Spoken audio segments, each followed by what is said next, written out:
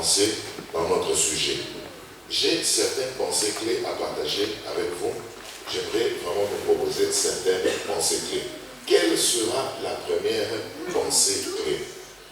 Le service de Dieu est la clé majeure du succès dans la vie. Le service de Dieu ou l'œuvre de Dieu est la clé majeure du succès dans la vie. Un jour, on a demandé à Tel Osborne, quelle est, d'après toi, la définition du succès? Et Osborne répondra, pour moi, le succès, c'est accomplir la volonté de Dieu dans sa vie. Point barre. Tu n'as pas de succès parce que tu as une grande maison. Tu n'as pas de succès parce que tu as une belle voiture. Tu n'as pas de succès parce que tu as une très belle femme ou un très beau mari. Ça, j'appelle cela des succès, médailles de bronze ou d'argent. Je vais me faire comprendre. Quand quelqu'un commence à assister aux Jeux olympiques, voyez-vous, on vous dira que la première médaille, qui est la véritable médaille, c'est la médaille d'or. Et ensuite, on accorde une médaille d'argent au second et la médaille de bronze au troisième. En vérité, la médaille de bronze et d'argent sont des prix de consolation. C'est une manière de consoler. Mais la véritable médaille, c'est la médaille d'or. Parce qu'on parlera de celui qui a remporté par la médaille d'or. Et avoir une grande maison, une grande voiture, avoir de la renommée, ce sont des prix de consolation. L'essence même de ta vie, c'est la mission que tu es venu accomplir sur la terre. C'est le but que tu es venu accomplir sur la terre.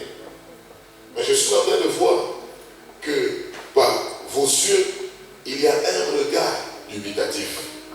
Je vais me faire comprendre. Le principe est lequel? Pour que vous puissiez bien comprendre mon idée.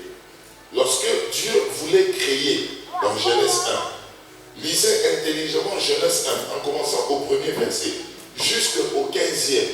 Vous allez voir le Seigneur parler aux choses à partir desquelles, aux matières à partir desquelles les choses étaient faites. Je ne sais pas si vous avez déjà fait attention. Dieu a dit ceci. Dieu dira que la terre produise des arbres fruitiers. Il parlait à la terre. C'est pourquoi le jour où vous prenez la terre, vous prenez l'arbre, vous la déconnectez de la terre, l'arbre va mourir. Qui est d'accord avec moi? Quand il devait parler aux poissons dans l'eau, il a parlé à l'espace des eaux. Quand il devait créer les oiseaux dans les ciels.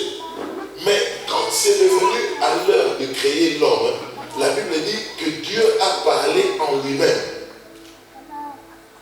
Faisons l'homme à notre image, à notre ressemblance. C'est pourquoi le jour où l'homme devient déconnecté de Dieu, il a déjà expérimenté la mort. De la même manière que quand vous déconnectez l'arbre de la terre, l'arbre meurt. Lorsque vous déconnectez les animaux de la terre, ils meurent. C'est la même chose quand l'homme est déconnecté de Dieu, il a déjà expérimenté la mort.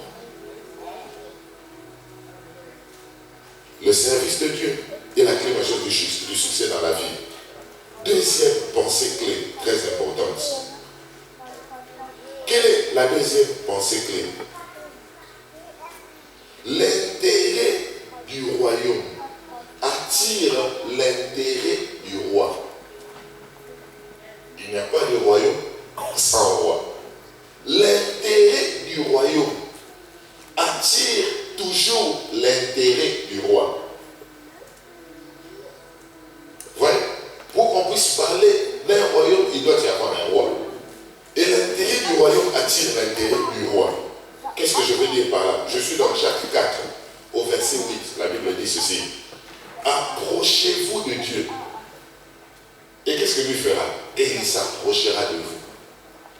Donc, si vous ne vous approchez pas de Dieu, lui non plus ne s'approchera pas de vous.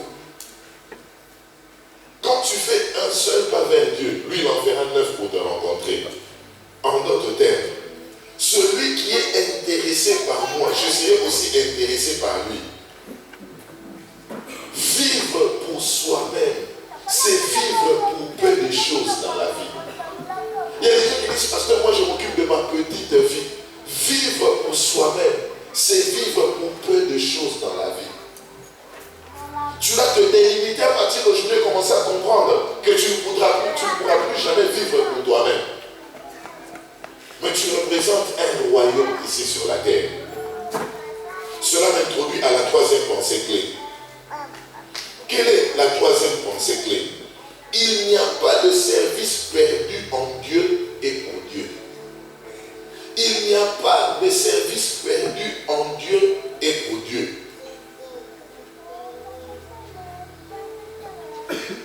Pourquoi je suis en train de dire cela? Dans Ésaïe 45 au verset 19. Ésaïe 45 verset 19, la Bible déclare: ainsi parle l'Éternel. J'avais dit que vous ne me chercheriez pas en vain. Ça c'est Dieu qui parle. J'avais dit que vous ne me chercheriez pas en vain. Quand les autres restent dans leur maison, toi tu viens dans la maison de Dieu. Sache que ce n'est pas un service en vain. Quand les autres ne s'intéressent même pas à la croissance numérique de l'Église, mais toi tu te déranges pour que l'Église puisse croître numériquement, sache que cela ne sera pas en vain. Quand les autres n'évangélisent plus, chacun pense à sa petite vie, chacun vise son propre intérêt, et toi tu vises l'intérêt du royaume. Dieu a dit: j'avais dit que vous ne me chercheriez pas en vain. Ça veut dire qu'il n'y a aucun sacrifice que tu puisses faire pour Dieu qui sera en vain. Les autres préfèrent venir en retard à l'église, mais toi tu t'es discipliné, tu t'es engagé à toujours venir attendre dans la maison du Seigneur pour nettoyer la maison de Dieu, pour que les saints viennent s'asseoir, pour que les saints puissent adorer Dieu. Dieu a dit: j'avais dit que vous ne me chercheriez pas en vain. Les autres arrivent en retard, toi tu arrives à temps pour préparer le culte en prière. Les autres n'ont pas préparé le culte, toi tu as prié, toi tu as veillé pour qu'il y ait le succès dans le séminaire. Il n'y a aucune prière qui sera gâtée ou gaspillée. Aucun jeûne qui n'ira en vain. Il n'y a aucune offrande que tu as déposée sur l'autel du Dieu vivant qui sera en vain. Même si tu ne vois pas, c'est comme ta dîme que tu as donnée. Parce que moi je donne les dîmes mais je ne vois rien. C'est comme une séquence. Quand elle est enterrée, même si tu ne la vois pas, elle est là. J'avais dit que vous ne me chercheriez pas en vain. Ésaïe 45, au verset 19. Permettez-moi d'ajouter encore le passage de Corinthiens. 1 Corinthiens 15, 58. Je crois que nous connaissons tous ce passage. 1 Corinthiens 15, 58, que dit la Bible? La Bible dit ceci: ainsi, mes frères bien-aimés, soyez fermes, inébranlables, abondants toujours dans l'œuvre du Seigneur. Vous devez abonder. Il y a des gens dans l'église du Seigneur, ils ont abondé dans les critiques, dans le contrôle des vies des autres. Il est devenu un superviseur international. Il contrôle la vie de tout le monde. Il veut tout savoir sur tous. Mais la Bible dit: vous devez abonder dans l'œuvre du Seigneur. Et on ajoute: sachant que votre travail n'est pas vain dans le Seigneur. Sachant que votre travail n'est pas vain dans le Seigneur. Cela m'a permis de tirer encore une pensée. Quelle est ma pensée? Dieu n'est pas un utilisateur des gens, mais Dieu est un exaltateur de personnes. Dieu ne t'utilise pas comme le papier mouchoir. Après avoir utilisé, je jette. Non, Dieu n'est pas comme ça. Lorsque le Seigneur te prend pour se servir de toi, sache que c'est pour te promouvoir. Il fait de ta vie une référence. J'avais dit que vous n'allez pas me servir en vain. Mais regarde jamais les offrandes que tu as données à la maison de Dieu. Les autres, leur salaire, c'est pour leur petite vie. Mais toi, dans ton salaire, il y a une portion d'argent que tu retires pour que l'église paye le loyer. Ah, si ce Dieu-là n'agit pas, donc il n'est pas le véritable Dieu. Tu as des problèmes, tu as des besoins, tu as des nécessités. Sachant que votre travail n'est pas vain dans le Seigneur. Ce n'est pas moi qui le dis, mais c'est la Bible. Cela m'invite au point 4. Je peux continuer? Merci beaucoup.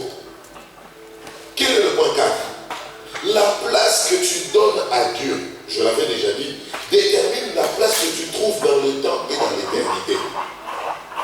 La place que tu donnes à Dieu détermine la place que tu trouves dans le temps et dans l'éternité. À moins que tu puisses voir certaines personnes qui se sont adonnées dans l'ivrognerie, dans les pactes sataniques, dans les loges occultes, là c'est leur coin. Mais pour les enfants de Dieu, c'est comme vous allez remarquer, même les gens qui prient dans les églises, nous n'avons pas le même niveau. Il n'y a pas le même niveau de bénédiction de percée. Pourquoi? Cela dépend de la place que tu donnes à Dieu. Je me souviens, pour ceux qui ont fréquenté le Congo démocratique, j'allais prêcher souvent dans l'église d'un pasteur avec qui on a le même père spirituel à Mongafula. Et ce pasteur-là, c'était une église ressortissante de la Borne, l'église Roua. Les gens connaissent le Congo à Mongafula. Ils ont connu l'église Roua. Et quand j'allais prêcher là-bas, je retrouvais au coin de l'avenue un jeune coiffeur qui avait son salon de coiffure. Et quand il coiffait, qu'est-ce qu'il faisait? Et il saluait, il aidait les pasteurs. Mais comme par la grâce du Seigneur, ce jeune-là a pu gagné à la loterie et se retrouve aux États-Unis. Arrivé aux États-Unis, je vous assure, j'ai déjà vu des gens qui bénissent dangereusement les serviteurs de Dieu et les hommes de Dieu. Et l'église du Seigneur, fidèle dans l'énigme avec F majuscule. Tous les missionnaires qui arrivent dans cette ville-là, Champlain, où est né mon premier fils, il va les chercher, il va les bénir. Il achète des chaussures, des habits, des parfums et toutes ces histoires.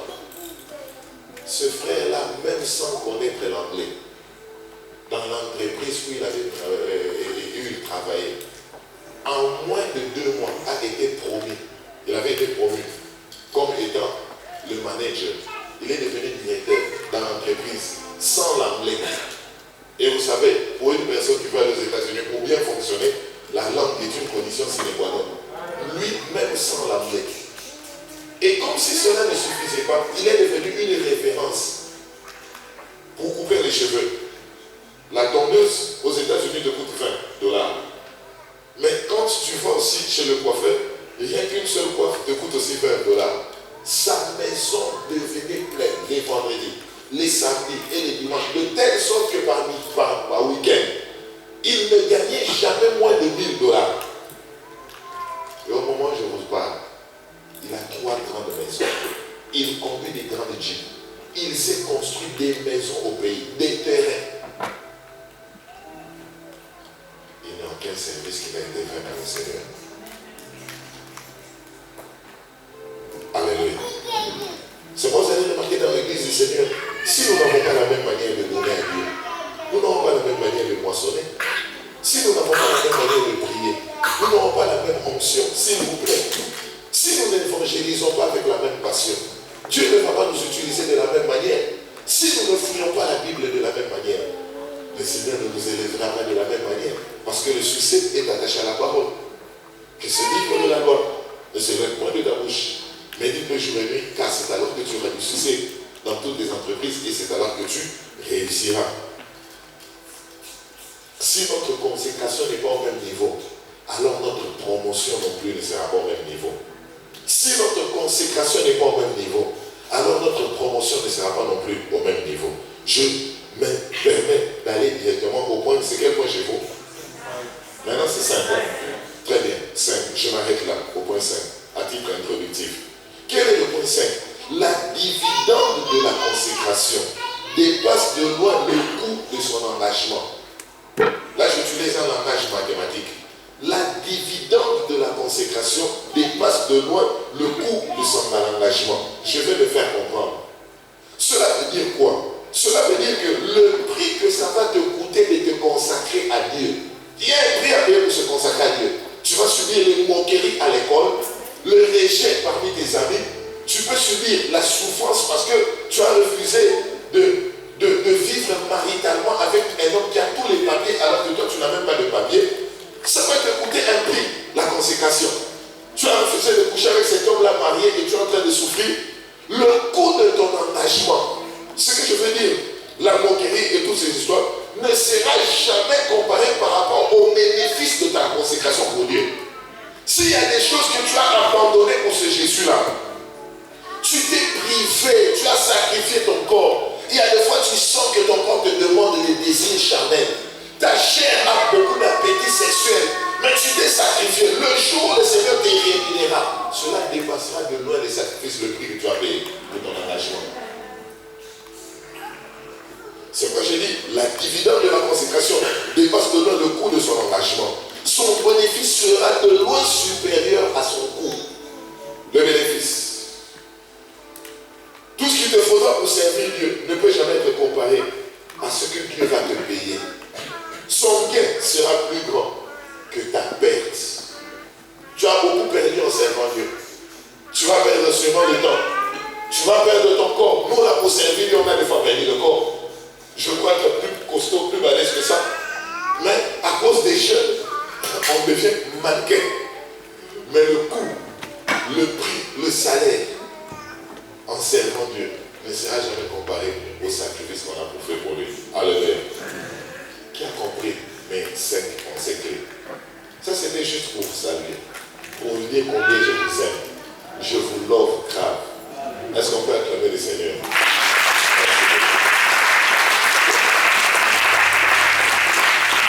Je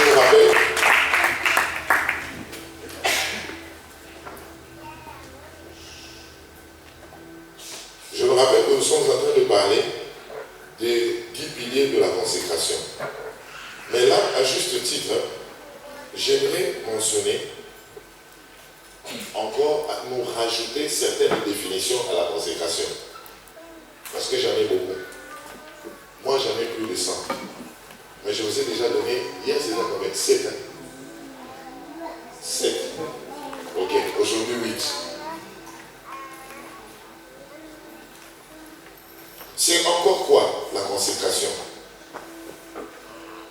Au point 8, je dirais que la consécration veut dire s'aligner du côté de Dieu. Je parle d'un alignement. S'aligner du côté de Dieu. Dans ta famille, dans ta salle de classe, dans ton quartier, il y aura toujours des gens qui voudront savoir si tu es de quel côté. Lorsque le peuple s'est adonné à l'adoration du veau d'or, Moïse viendra dans Exode 32, 25 à 26. Il dit à moi ceux qui sont à l'éternel. Voyez-vous, il dit à moi. Cela veut dire là où moi je suis, c'est le côté de l'éternel. S'aligner du côté de Dieu. Qui se souviendra de l'histoire de 1 roi 18 où le prophète Élie a défié le peuple d'Israël et dit jusqu'à quand clocherez-vous de deux côtés? Il demandera au peuple d'Israël de s'aligner de son côté parce que son côté c'est le côté de Dieu. Ça c'est un vœu de consécration. Tu ne peux pas te retrouver dans une salle de classe où tout le monde tolère la corruption et toi tu vis dans la corruption. Tu ne peux pas tolérer dans une salle de classe où tout le monde vit dans la prostitution et toi aussi tu es retrouvé dans la prostitution. Tu ne peux pas te retrouver dans ton lieu de travail où tout le monde sort, tout le monde a des concubines, tout le monde est dans l'ivrognerie, ils vont passer le week-end dans l'alcoolisme, dans les boîtes de nuit et toi tu t'habilles de ce côté-là. À moi, ceux qui sont à l'éternel. Qu'est-ce que cela veut dire? Écrivez rapidement s'il vous plaît. 8a. S'aligner du côté de Dieu. S'aligner avec Dieu. Lorsque la majorité se comporte en ennemi de Dieu. Cela veut dire s'aligner du côté de Dieu lorsque la majorité se comporte en ennemi de Dieu.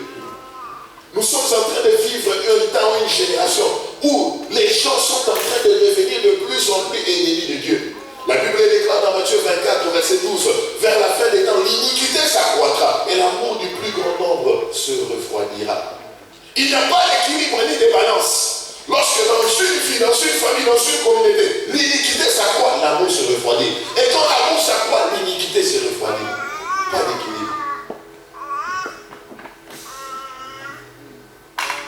Au point 8b, ça veut encore dire quoi? Cela veut dire s'identifier avec Dieu. Lorsque la majorité a une identité différente, s'identifier avec Dieu. Tout le monde sait dans ta salle de classe que tu es chrétien. Ou tes amis peuvent dire, celle-là, ça ne vaut pas la peine de l'inviter, elle vient d'abord dans cette fête-là. Il y a des gens de fête où tu ne peux plus participer, même si c'est ta cousine. Tu es devenu allergique aux choses du monde. C'est ça la consécration. Certaines réunions, on sait que ça ne vaut pas la peine de l'inviter. S'aligner du côté de Dieu. Lorsque la majorité a une identité différente. Au point 8c. C'est le choix de l'identité avec Dieu, indépendamment de son coût. Le choix de l'identité avec Dieu, indépendamment de son coût. Cela veut dire quand tu veux t'identifier du côté de Dieu, il y a des prix à payer, indépendamment du prix à payer. Cela veut dire, tu peux avoir un petit ami, tu penses peut-être que les choses peuvent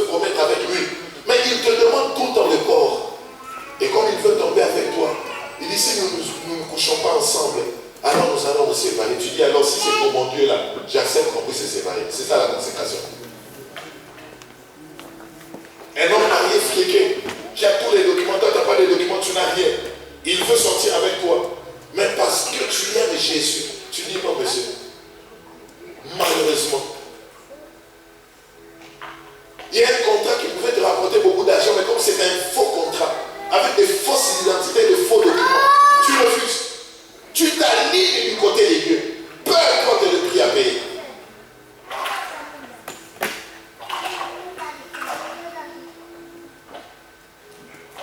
Alléluia. Il y a beaucoup de gens, lorsque l'emploi est en jeu, ils perdent la consécration. Lorsque la relation est en jeu, ils perdent la consécration. Ils acceptent de commettre l'immoralité, ils disent on va demander pardon après.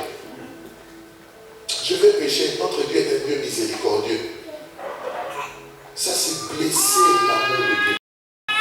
C'est comme une femme qui dit non je vais faire. Ah, lui ne saura pas m'abandonner. Ce sont les gens des femmes, le jour où le mari te laisse, tu ne sauras pas. Tu ne croiras pas. L'amour de Dieu n'est pas une faiblesse, mais une force. Ne jouons jamais avec l'amour de Dieu. Plus tu es conscient de l'amour de Dieu à ton égard, plus tu deviens conscient de ses exigences dans ta vie. Comme j'ai compris que Dieu m'aime beaucoup, Dieu ne me permet pas de me comporter comme tous les jeunes de mon âge. Je ne peux pas m'habiller de n'importe quelle manière, je ne peux pas tisser n'importe quelle relation. Je ne peux pas me comporter de n'importe quelle manière, je ne peux pas faire n'importe quelle publication dans les réseaux sociaux. Pourquoi? Parce que moi, j'ai découvert le grand amour de Dieu. Être consacré au grand Dieu, c'est être décoré de grandeur.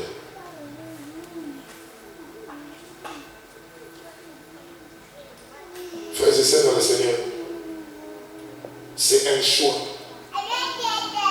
Au point 8b, c'est le choix de prendre une posture publique devant le Seigneur. Une posture publique, tu ne caches pas ton identité. 1 Roi 17 au verset 1er. Il dit ainsi parle l'Éternel, le Dieu devant qui je me tiens. Un jour le roi Akab dit à Élie, c'est toi qui perturbes le peuple. Le peuple dit non, bien au contraire, c'est toi, monsieur le roi, qui perturbe le peuple. Il s'est identifié publiquement. Un garçon un jour s'était retrouvé dans une fête. Il aimait beaucoup la jeune fille. La jeune fille était très jolie.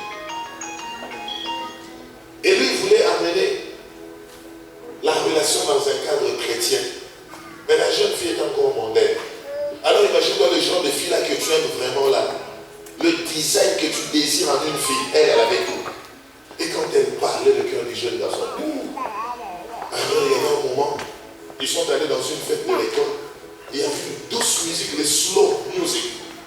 Et la jeune fille est venue inviter les jeunes garçons pour qu'ils puissent danser ensemble. Vous imaginez l'atmosphère là, qui n'est pas prophétique mais qui est diabolique. On a éteint toutes les lampes. Il faisait un peu froid. Et tous les hommes avaient les femmes dans les hanches. Et la femme là que tu as toujours rêvé vient devant toi pour qu'on puisse danser. Maintenant, tu vas céder. Tu vas dire j'aime Jésus.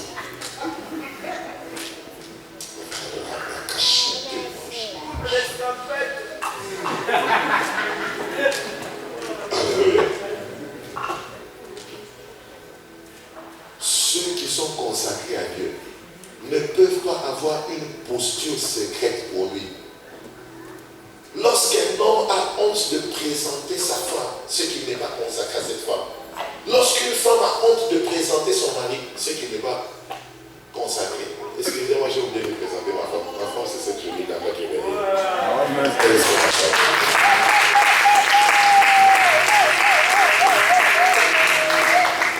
Elle, c'est ma fille. Elle, c'est ma femme. Je n'ai pas honte. Une posture publique. Alléluia. Il y a des gens, quand on insulte Dieu, ils sont à l'aise. Je parle de la posture publique.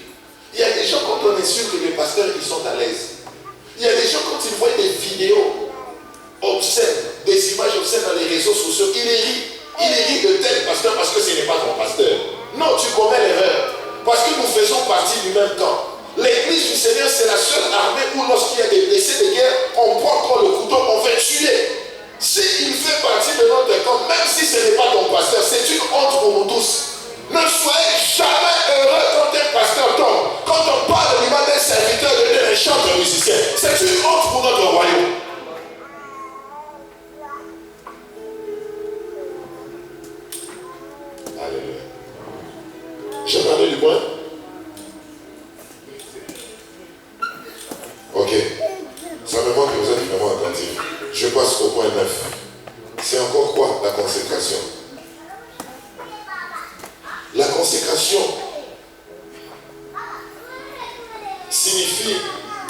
avoir une crainte révérentielle de Dieu.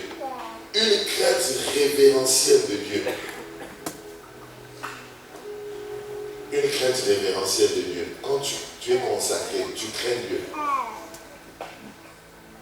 Une crainte révérentielle de Dieu. Et c'est une dimension qui a disparu dans l'église du temps de la fin. Nous vivons dans une génération où quelqu'un peut se comporter mal. Tu es un ouvrier, tu travailles dans un département, modérateur ou prédicateur à l'église. Si on te dit que tu ne peux pas vivre maritalement avec cet homme-là sans qu'il puisse t'épouser, tu changes d'église. Et dans notre église, on va te consacrer comme pasteur ou prophète. Ça, c'est la génération dans laquelle nous vivons. Où il n'y a plus de discipline ecclésiastique. Ici à l'église, on te dit, jeune homme, tu vas te discipliner. Toi, tu vas avoir toutes les jeunes filles à toi. Tu as touché, tripoté, pianoté partout. Un bon pianiste ecclésiastique, toutes les mains ont tripoté. Et quand on lui met sous discipline, il va dans une autre église. On lui dit non, tu as la chose de Dieu. Moi d'ailleurs, j'étais toujours dit dans cette église-là, on étouffe ton don. Viens ici, on va te consacrer. Vous consacrez un impudique. C'est comme ça que nous vivons dans un temps où il y a beaucoup de ministres de Dieu qui sont des bébés. Quand il monte sur la chair, il monte avec ses biberons et sa couche. Et quand il pleure du haut de la chair, il peut me dire Amen était à papa.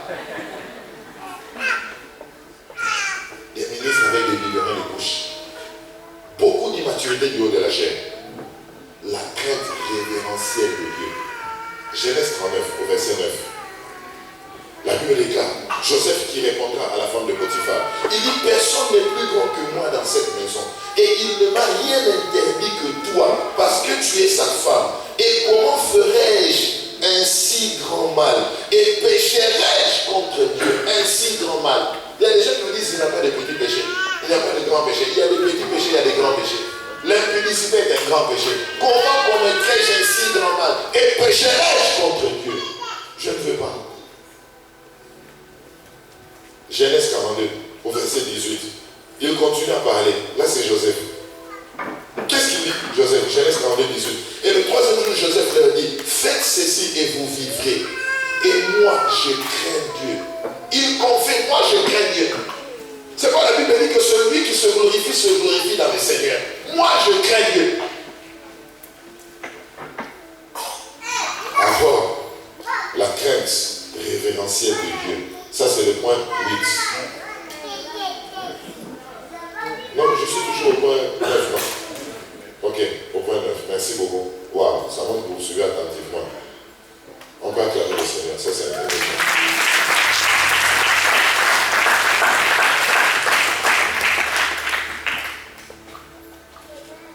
Au point 9a, cela veut dire vivre avec le respect. Le respect et le regard sur Dieu. Tu ne vis pas de n'importe quelle manière. Tu contrôles tes voix, tu contrôles tes fréquentations, tes conversations, tes sorties. Tu contrôles ton milieu. Tu ne vas pas à n'importe quelle heure à l'église.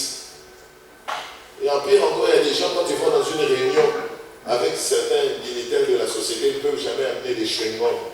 Mais dans la maison du Seigneur, ils entrent avec des chewing-gums. Sans égard pour ce Dieu-là, il mâche le chewing-gum, il met en dessous de la chaise. C'est ce qui va m'amener à l'église. 9b, c'est vivre avec une conscience qui est vivante. Ça, c'est une dimension que vous allez vraiment prendre. Vivre avec une conscience qui est vivante. Il y a des gens qui ont des consciences mortes. Tu peux mentir, tu ne sens aucune culpabilité. Tu as escroqué l'argent de quelqu'un, mais aucune culpabilité. Et tu ne demandes même pas pardon ni à Dieu ni à l'homme à qui tu as escroqué. Tu tombes dans l'impudicité le samedi soir. Et le dimanche, tu viens à la maison du Seigneur. Ainsi dit le Seigneur. Il y a des gens qui ont des consciences mortes.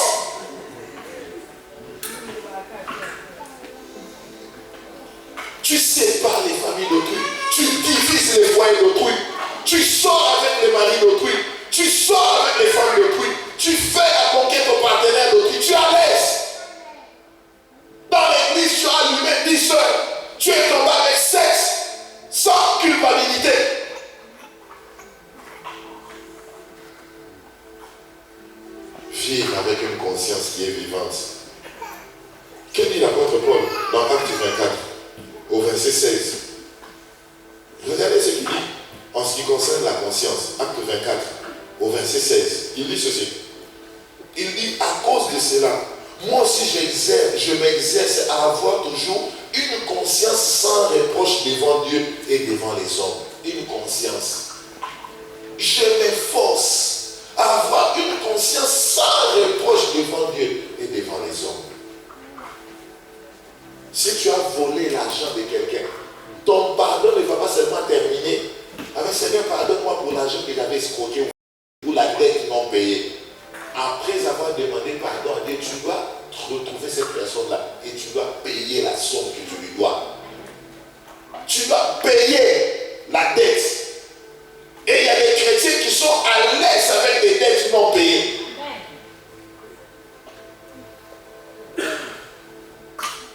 Quelqu'un en Afrique t'a envoyé de l'argent pour que tu achètes une voiture. Tu as inventé le prix. Même si Dieu n'a pas vu, même si les hommes n'ont pas vu, Dieu a vu. C'est cet argent-là qui continue toujours à réclamer ta pauvreté. La voiture coûtait 2500 €. Toi, tu l'avais dit, ça coûtait 4000. Tu as bouffé 1500. Ce sont les 1500 qui sont devenus les candidats de ta pauvreté. Souvenez-vous ce que j'avais dit hier. Un seul petit fruit a fait priver à Adam tout un jardin. Il y a beaucoup de petits fruits comme ça qui nous privent des grands jardins.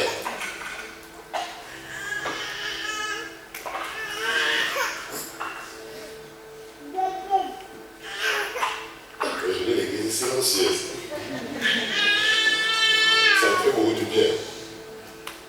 Vous êtes vraiment silencieux. Plus froid qu'au monastère. Avoir une conscience qui est vivante. 9C. Ça veut dire encore quoi? Faire plaisir à Dieu devient ton plus grand but de la vie. Faire plaisir à Dieu devient ton plus grand but de la vie. Donc tu ne vis plus pour toi-même. Ce n'est plus moi qui vis, c'est Christ qui vit en moi. Ce n'est plus moi qui vis, c'est Christ qui vit en moi. Ce n'est plus moi qui vis, c'est Christ qui vit en moi. C'est Christ, tu vis pour faire plaisir à Dieu. Cela veut dire quand tu es à l'école, Dieu regarde ton comportement, il met un like. Dans ton lieu de travail, Dieu regarde ton langage, il met un like. Tu fais plaisir à Dieu.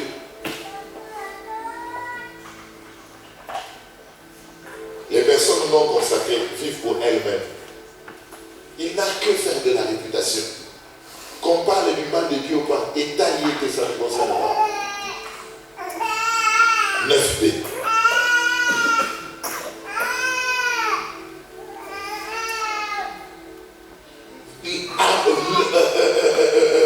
Vivre une vie qui apporte la gloire à Dieu. Mener une vie qui apporte la gloire à Dieu.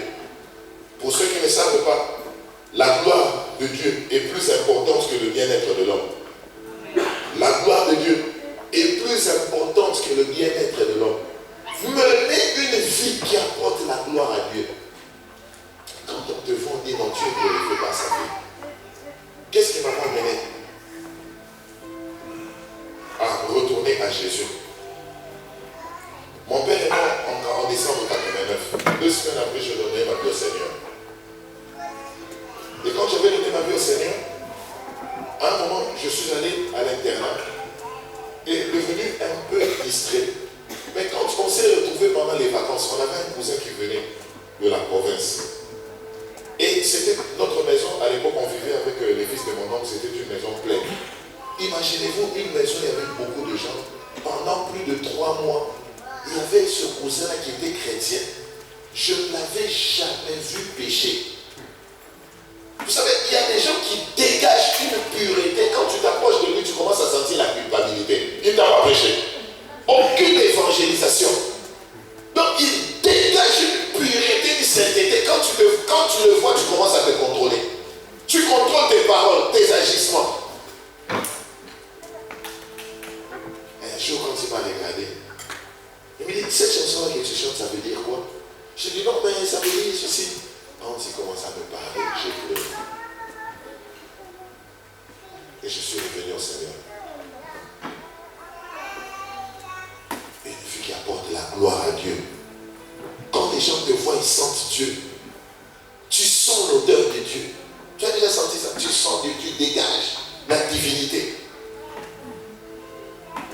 Un endroit où tu n'as plus besoin d'évangéliser. Mais quand les gens te regardent, ils sentent la dimension.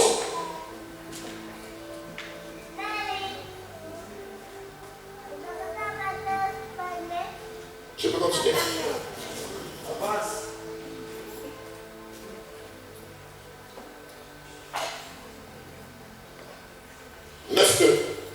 C'est dire oui à ce que Dieu dit oui et dire non à ce que Dieu dit non. Dire oui à ce que Dieu dit oui et dire non à ce que Dieu dit non. Un chrétien consacré n'a pas de complaisance avec le mal, avec le péché. On a commencé à retrouver dans un petit coin avec les amis, comme tout le monde buvait, j'étais obligé de boire. Qui t'a dit que tu étais obligé? Obligé par qui ou par quoi?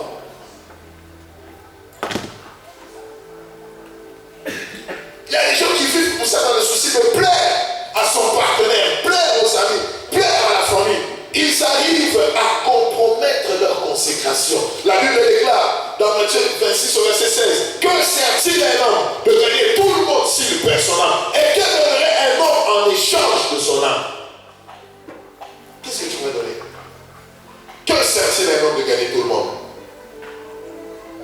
Tu veux plaire à ton papa. Il y a des familles qui te permettent d'aller dans les boîtes de nuit, mais le Seigneur te dit non. Cette fille-là, ce n'est pas pour toi. Il y a des gens qui sont accros à l'alcool et Dieu te dit non, cette fille-là n'est pas pour toi. Il y a des gens qui se sentent confortables avec le mal. Dans l'entreprise où vous travaillez, tout le monde est dans la fausseté. Toi aussi, tu es là. Non. Alléluia. Regarde ton voisin, salut, le Saint-Esprit n'est pas français. Parce qu'il y a des gens qui changent tout au nom de la France. Ah, surtout qu'elle a peau d'or. Dis-lui, le Saint-Esprit n'est pas français. Dis-lui, le Saint-Esprit n'est même pas anglais. Il n'est même pas américain. Il n'est pas non plus congolais pour amener la congolité dans l'œuvre du Seigneur. Le Saint-Esprit est Dieu. Comment on va changer les choses au nom de la spiritualité? Non, tu vois, nous en France, ici, chez nous, c'est normal. Chez vous, en France, c'est normal. Est-ce que dans le royaume, c'est normal? En France, c'est normal. Dans le royaume de mon père, c'est normal.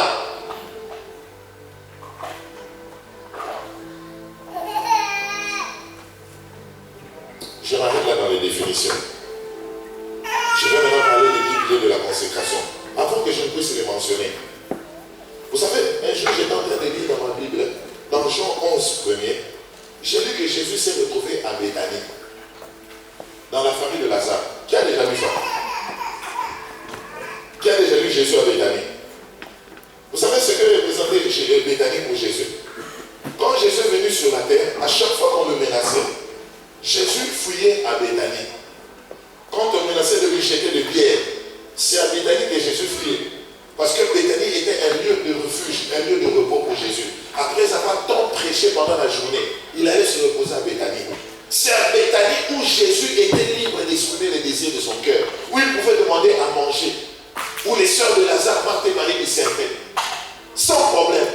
Donc, Béthanie était un endroit de libre expression pour le Seigneur. Un endroit de refuge, un endroit de repos, un endroit de soulagement. Et j'aimerais dire aujourd'hui à quelqu'un, fais de ta vie une Béthanie.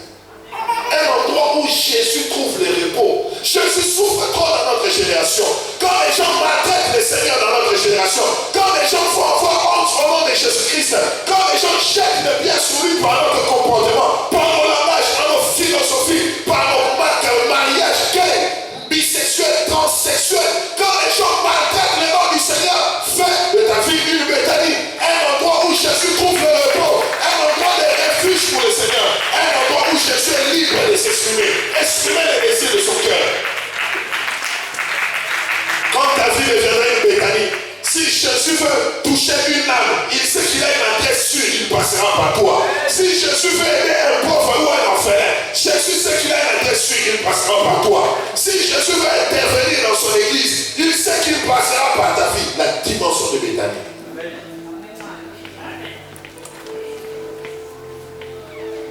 Salue ton voisin, dis-lui fais de ta vie une Béthanie. Marie-Hélène, tu n'as pas bien écouté, crie sur ses oreilles. Pour qu'il puisse plus jamais oublier. Dis-lui fais de ta vie une Béthanie.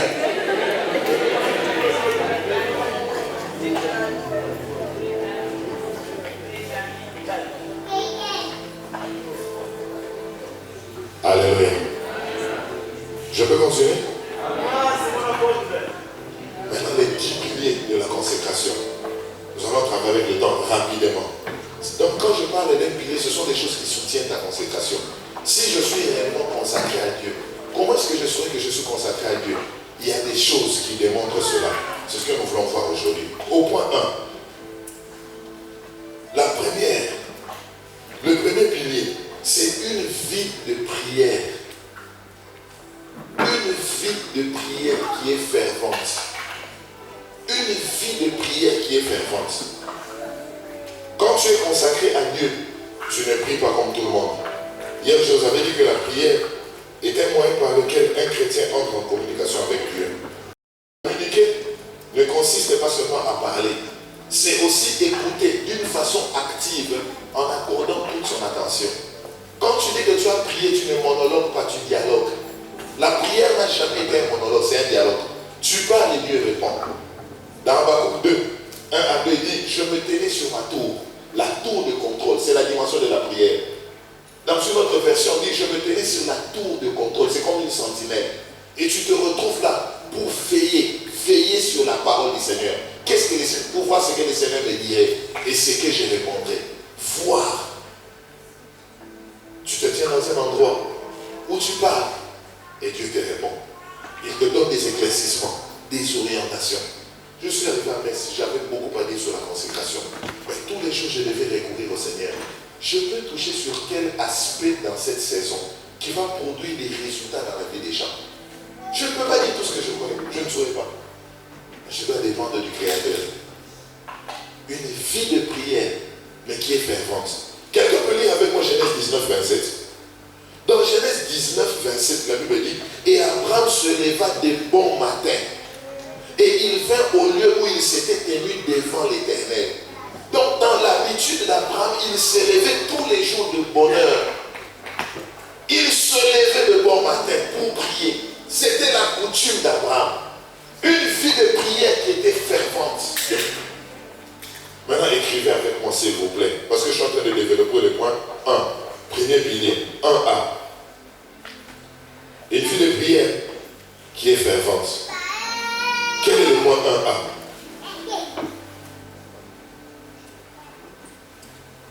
Une relation de qualité est confirmée par une communication qui est fervente. Une relation de qualité est confirmée par une communication qui est fervente. Hier, j'avais dit ceci. La qualité de ta communication détermine la force de ta relation.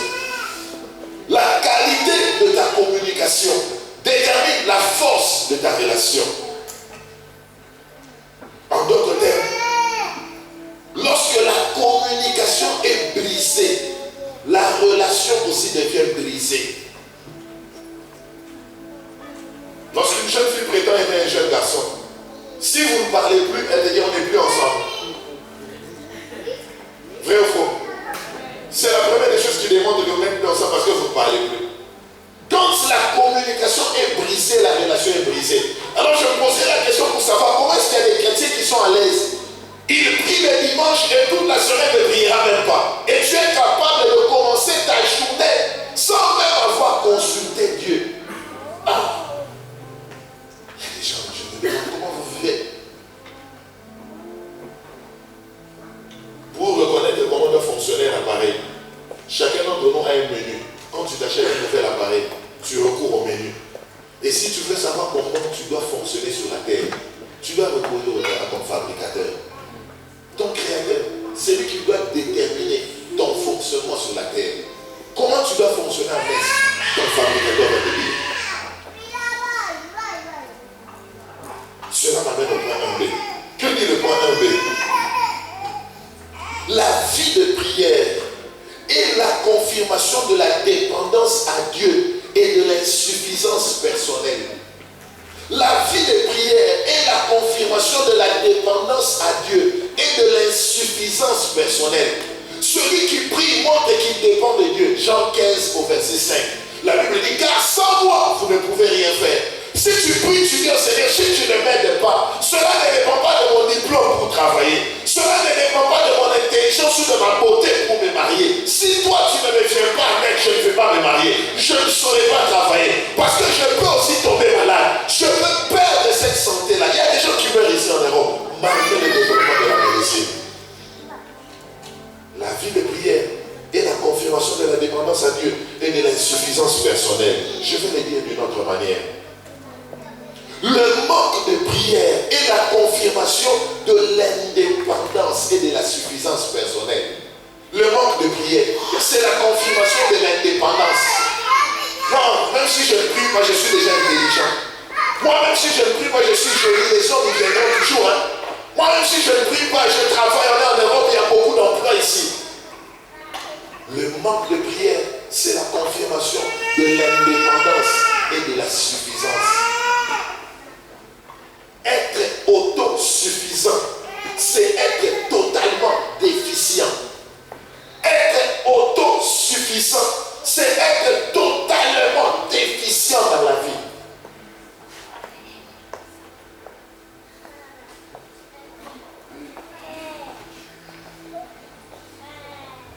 La consécration à Dieu, c'est un département d'affection. Tu ne peux pas prétendre être consacré si tu n'arrives pas à parler avec lui. Tu dois avoir besoin de lui parler, d'écouter sa voix. J'aime ce Dieu-là. Avant de parler à ma femme, je parle à mon Créateur. La dernière personne à qui je parle, c'est lui. La dernière personne que j'écoute, c'est lui. La première personne à qui je parle, c'est lui. La première personne que j'écoute, c'est lui. Avant de parler à ma femme. La consécration, un département d'affection. Où tu es plus proche de lui. Où tu l'aimes. Où tu ne t'approches pas de Dieu seulement pour de l'argent, pour des besoins, pour des problèmes.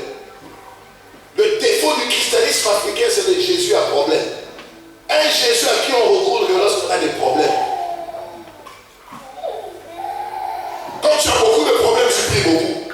Quand les problèmes sont résolus, tu pries moins. Parce que tu n'as pas de motif pour prier.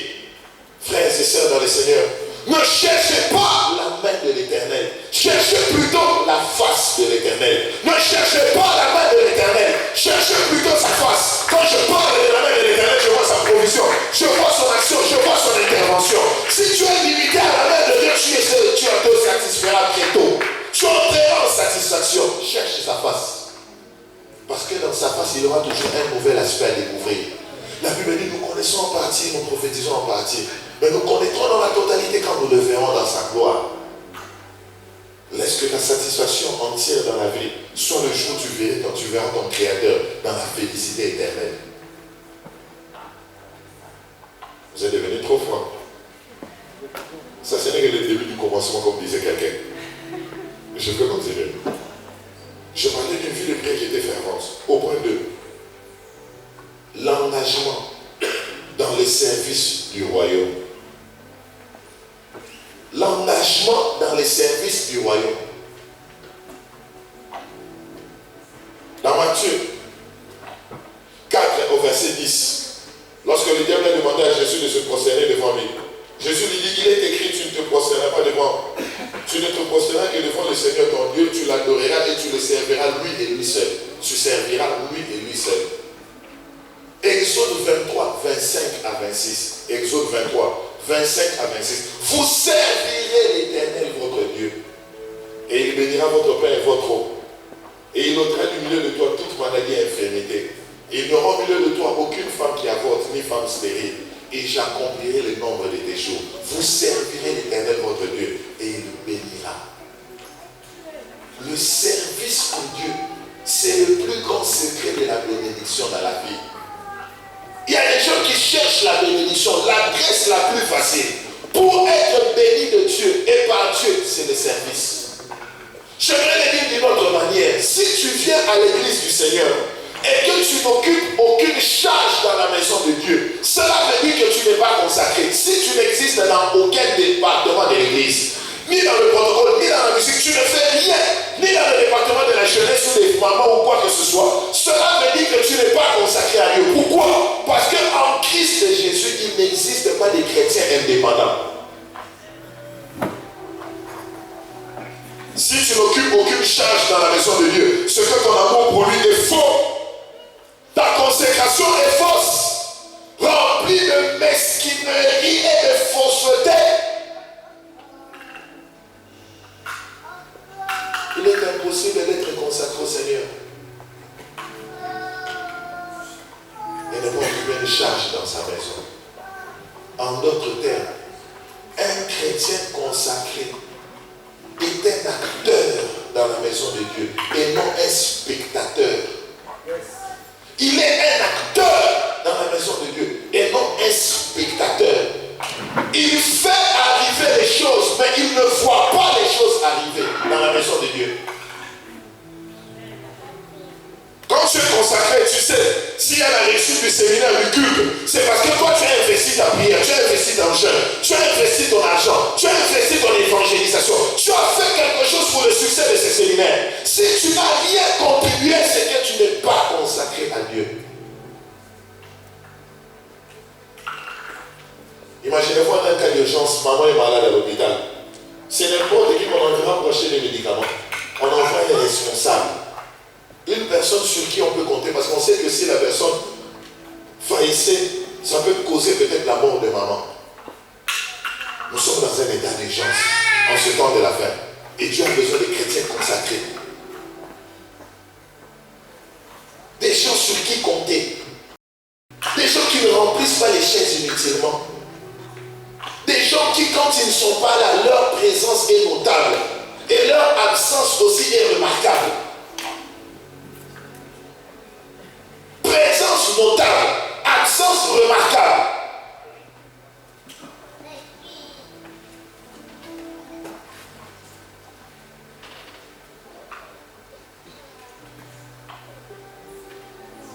Je vais maintenant développer les sous-points du point 2. Parce que je parle de l'engagement dans les services du royaume. 2A. Quel est le point 2A? Aimer Dieu, c'est être impliqué dans son service. Aimer Dieu, c'est être impliqué. Il n'y a aucune femme qui ne jouit véritablement du bonheur de son mari si tu n'es pas impliqué au travail du mari. Et vice-versa. En d'autres termes, le service, c'est le langage de l'amour. Quand on aime, on sert.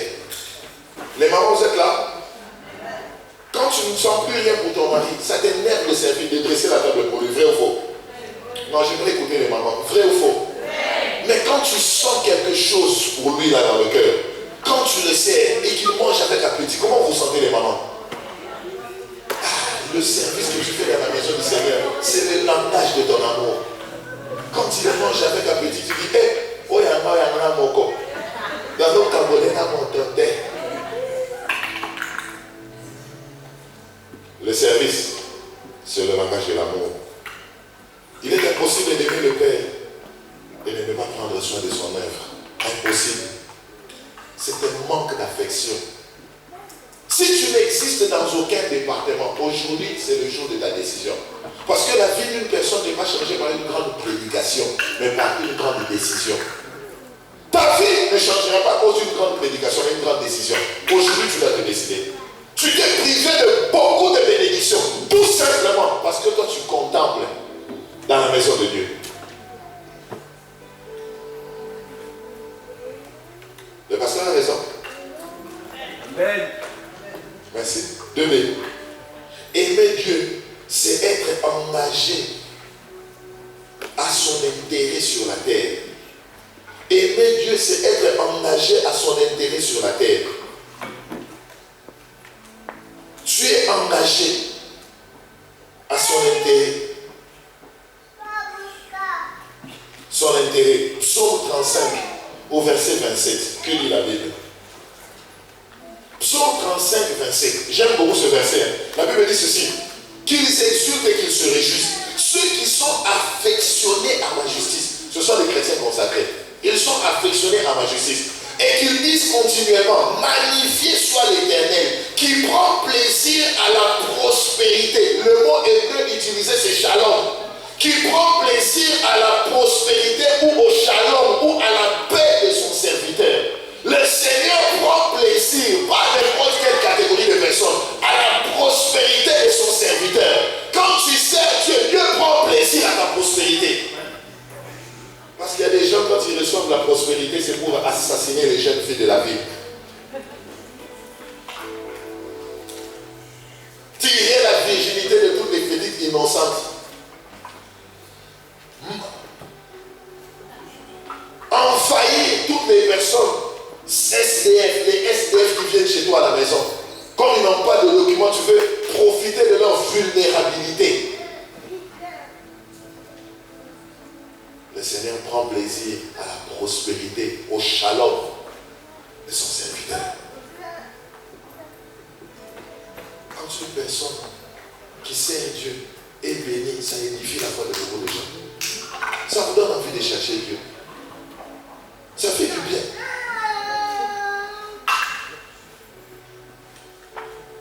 Alléluia. Deuxième, aimer Dieu, c'est faire prospérer sa cause sur la terre. Faire prospérer sa cause sur la terre. Quand tu aimes Dieu, tu fais prospérer sa cause sur la terre. Quand tu aimes Dieu, tu n'entends pas la motivation pour prendre une action correcte. Là, c'était le point 2. Permettez-moi d'aller rapidement au point 3. Je peux avancer, s'il vous plaît? Merci beaucoup. Au point 3, la compassion pour les démunis ou les défavorisés. Quand tu es consacré au Seigneur, tu as de la compassion pour les défavorisés. Et dans le contexte de l'Europe, j'aimerais parler des gens qui sont indifférents aux SDF.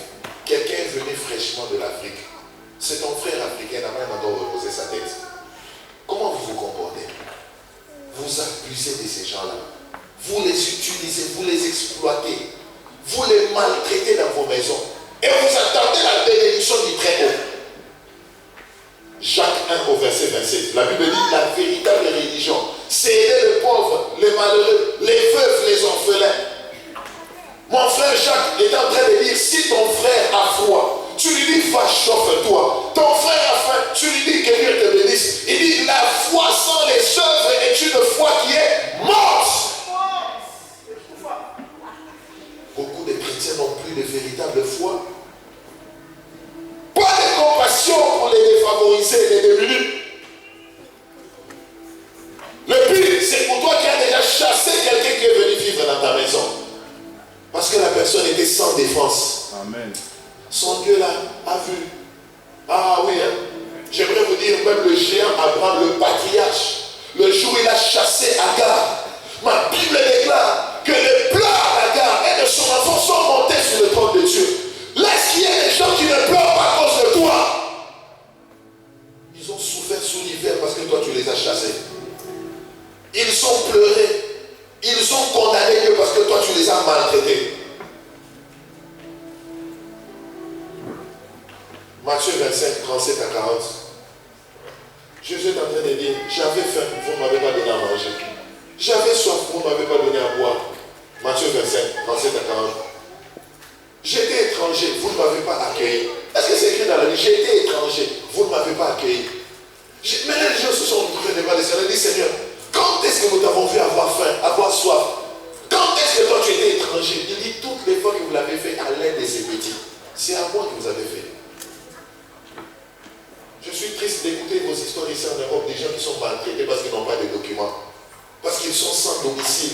Vous les maltraitez, vous les exploitez. L'exploitation de l'homme par l'homme. Et quand tu le fais, sache que tu as déjà tiré la malédiction sur toi.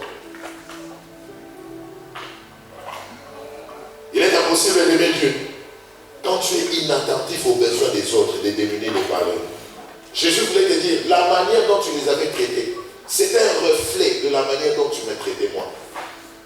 Écrivons le point 3 s'il vous plaît. 3.1. 3a.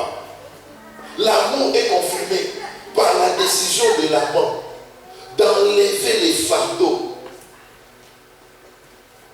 de la personne qu'il aime. L'amour est confirmé par la décision de l'amant d'enlever les fardeaux de la personne que tu aimes. Tu viens enlever son fardeau. C'est comme si tu dis à ta femme, je t'aime chérie, mais sa mère est malade, tu es indifférent. C'est sûr, mais tu dis pas, tu ne veux pas aider. Ça, ce n'est pas le véritable amour. Si tu prétends aimer Dieu, il a ses frères. Tu dois prendre soin de la famille chrétienne. Il y a des démunis, il y a des malheureux. Si ton argent a toujours contribué, rien que pour ta femme, ton mari et tes enfants, tu n'es jamais converti. Tu n'étais jamais converti. S'il n'y a aucune veuve qui peut fléchir les genoux pour bénir le Seigneur à cause de ton existence, s'il n'y a pas d'orphelin qui vient dire Seigneur, merci pour l'existence de cet homme-là, tu n'étais jamais converti. Vous êtes choqués. Je vais vous montrer pourquoi Abraham est appelé patriarche. Dans Genèse 14, on est en train de me parler qu'Abraham avait dans son armée plus de 300 soldats qu'il a élevés dans sa maison. Il n'avait pas encore d'enfants dans Genèse 14. Il avait pris ses serviteurs, 300, avec leurs enfants et leurs femmes. Tous étaient à la charge d'Abraham. Des malheureux à sa charge. Quand je me suis converti, j'avais fait un engagement, j'ai dit Seigneur, je devais avoir une photo sur laquelle le Seigneur allait me rappeler que je devrais toujours m'occuper des veuves et des orphelins. Au moment où je vous parle, j'ai des veuves et des orphelins secrets dont je prends soin. Il y a des gens, leur argent n'a jamais contribué pour les orphelins. Donc toi, tu vis que pour ta femme et tes enfants.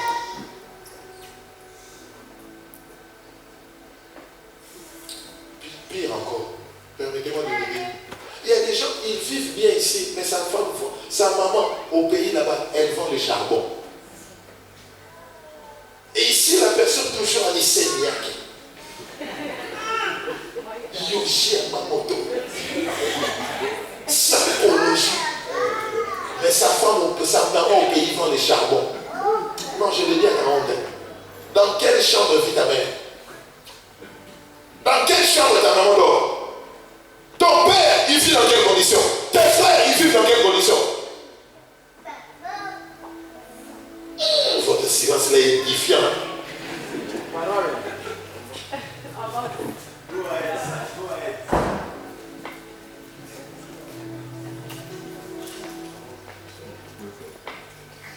Les démunis favorisés. Tu dois en prendre soin. Je peux continuer?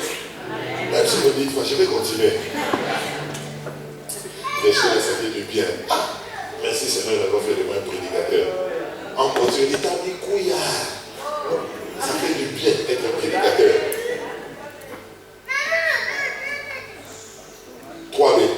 L'amour est confirmé par la décision de contribuer à la joie de son amant. L'amour est confirmé par la joie de contribuer à la joie de son amant. Si tu aimes, tu vas contribuer à sa joie. Tu vas aider les membres de sa famille qui souffrent, qui ont des problèmes. Quand tu aimes, aide les pauvres, aide les démunis, aide les personnes. Il y a des fois, l'esprit peut t'orienter, même les mendiants en cours de route. Ce ne sont pas tous les mendiants qui sont des sorciers. Il y a des fois, tu peux passer sur la gare, tu vois quelqu'un qui est sans abri, tu l'amènes chez toi à la maison. Tu fais recevoir Jésus-Christ. Tu pries pour la personne, tu impactes la personne. Tu fais sa délivrance, tu l'amènes à l'église. Deux fois l'église, combien d'églises vont visiter les orphelins, les prisonniers? Il y a des gens depuis qu'ils sont nés, ils ne sont jamais allés dans une prison.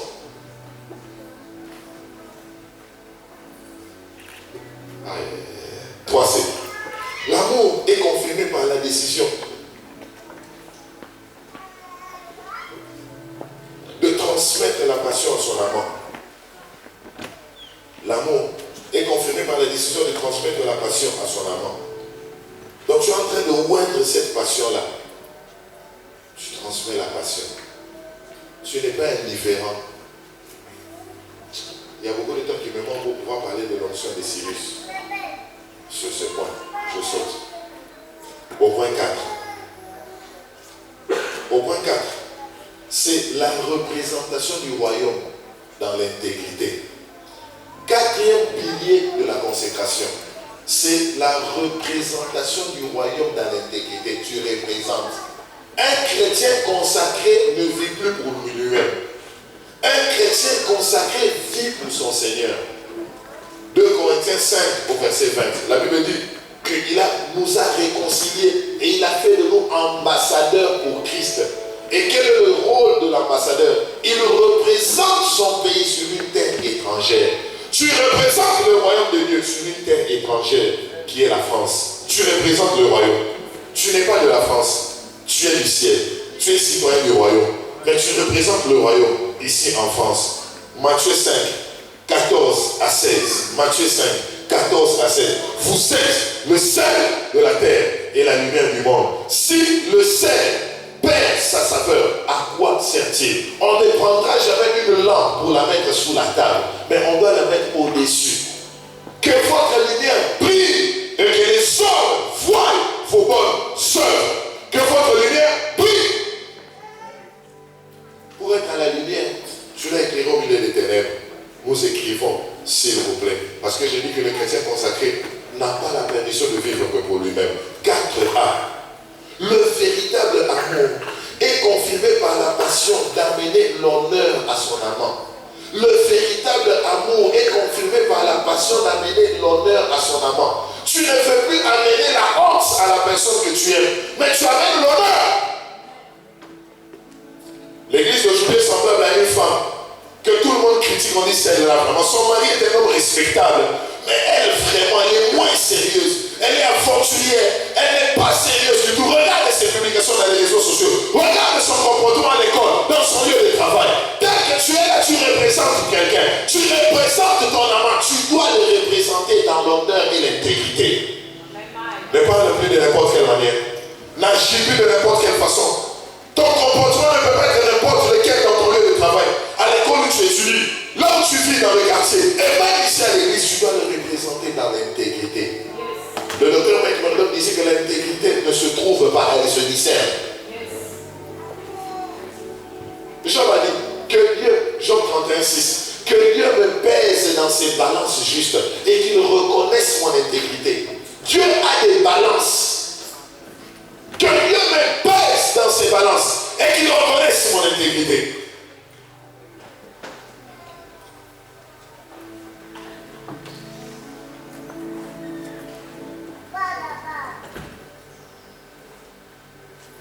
Tu amènes l'honneur par ton caractère. Tu ne peux pas prétendre être consacré à Dieu si tu amènes la honte. Lorsque tu étudies, tu sors avec ces garçons-là. Vous êtes allé dans une fête, on t'a vu en train de s'embrasser, se baiser avec lui. Est-ce que tu vas inviter ces garçons-là à l'église? Tout le monde a vu comment est-ce que tu sortais avec un homme marié dans la ville. Est-ce que tu auras le courage d'évangéliser encore? Ton comportement est devenu anti-évangélisation. 4b. Le véritable amour est confirmé par la décision de s'identifier publiquement à la personne que l'on aime. Le véritable amour est confirmé par la décision de s'identifier publiquement à la personne que l'on aime. Publiquement. Il y a des maris, quand il faut sortir, ils ne sortent jamais avec leur femme. Vous avez déjà vu ce genre de mari là? Il y a des maris, quand il faut marcher avec leur femme, lui, il a dit pas d'avance. Quand ils vont entrer dans la salle de fête là, quand il y a une fête de mariage, je ne sais pas moi quoi, c'est lui qui entre en premier ou la femme entre en premier. Et lui, il fait semblant de fermer ses lâchers. Parce qu'il a honte. Ah, j'ai dit la vérité. Mais ici, il n'y en a aucun. Tous les maris ici sont très sérieux. C'est ça vraiment votre Dieu. Ici, tous les maris sont très sérieux. Mais j'ai quand même dit. S'identifier publiquement. Tu n'as pas honte de lui. Tu parles de lui. Tu le représentes. Tu montres. Et toutes ces choses. Alléluia. 4c. Le véritable amour est confirmé par la décision de ne jamais mal représenter son amant. Tu ne veux pas mal le représenter. On te voit, tu es chrétien, mais tout comme tu t'es chamaillé, tu t'es battu, tu as vendu la drogue, tu étais dans l'alcool, tu es devenu ivre, tu as pissé sur les amis. Ah. Non. Au point 5. Ah, je vais sauter. 5. pour gagner le temps. Une fin de la parole. La fin de la parole. Une fin de la parole. 1 Jean 5, 2 à 3. La fin de la parole. Quand tu es consacré à Dieu, tu es un ami de la parole. 5a. Aimer Dieu, c'est aimer sa voix, qui est sa parole. Aimer Dieu, c'est aimer sa voix. Dans le psaume 29 au verset 4, on dit la voix de l'Éternel était sur les eaux qui représentent la parole. La voix de Dieu est sur la parole. Tu ne peux pas prétendre aimer Dieu si tu n'aimes pas sa voix. Toute femme qui est passionnée pour son mari aime la voix du mari. Ça c'est très important. 5b. Chaque fois que ton amour pour la parole commence à mourir, ta consécration aussi commence à mourir.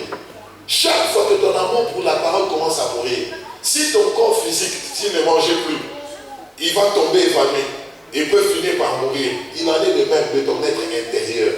Si tu n'alimentes pas ton être intérieur de la parole, tu vas finir par mourir. C'est pourquoi si vous regardez dans Matthieu 4, 1 à 10, lorsque Jésus devait résister à la tentation, il recourait toujours à la parole. Il dit, il est écrit, il est écrit, il est écrit. Parce que c'est la parole qui est ton alimentation spirituelle. C'est la parole qui te permet d'être calibré dans ce monde. Mon frère, le monde dans lequel nous vivons, il est trop attirant. Il y a beaucoup de choses qui vont nous attirer dans le monde. Nous avons besoin d'une puissance intérieure pour pouvoir résister au système babylonien. Et c'est la parole du Seigneur. Il y a beaucoup de choses que le monde va te présenter qui vont t'attirer. Tu as besoin de l'arbre de la parole. Aime la parole. Aime la parole. Aime la parole. 5c. Aimer Dieu, c'est avoir une passion pour sa lettre d'amour. Aimer Dieu, c'est avoir une passion pour sa lettre d'amour. Et tous les jours, le Seigneur t'envoie une lettre d'amour. Il y a un message WhatsApp, un message que le Seigneur t'envoie sur Snapchat. Et ce message-là, c'est un message d'amour. Tu dois le lire. Aujourd'hui, les chrétiens recourent à leur téléphone avant de recourir à la parole de Dieu. Quel péché grave. Tous les jours, le Seigneur est en train de te WhatsApper. Et toi, tu négliges la parole.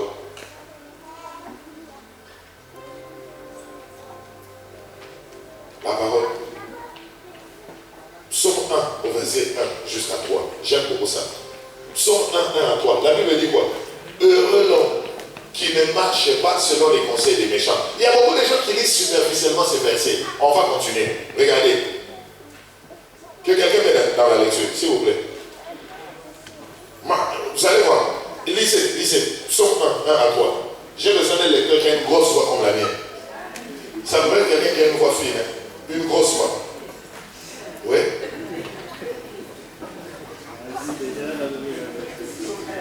Un à 3. Ah. Dans une église, on avait invité un prédicateur, il était tout costaud là, trop grand.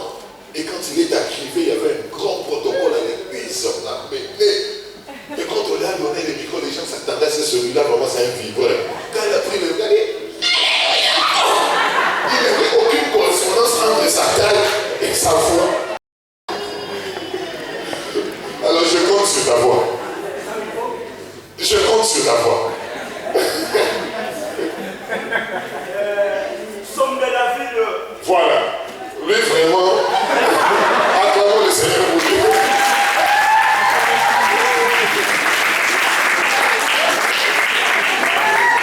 Psaume 1, 1 à 3. Somme de la ville, chapitre 1er, le verset 1er au 3e. Nous lisons la parole au nom de Jésus. Amen.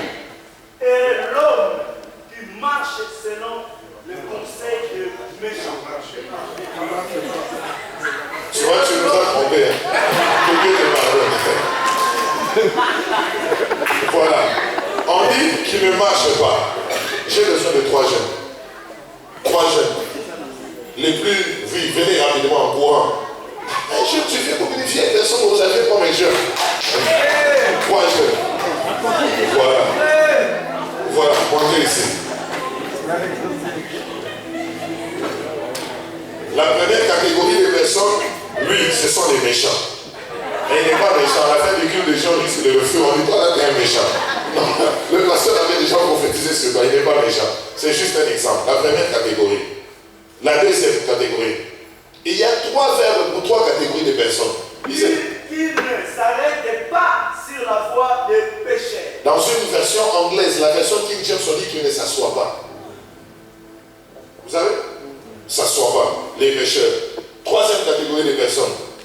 Et qui ne s'assied pas accompagné de Non. moqueurs. Il y a une autre version. Il y a marcher, il y a s'asseoir.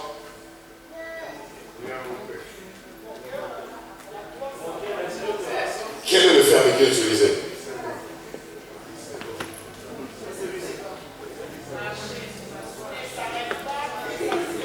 S'arrêter, s'asseoir et marcher.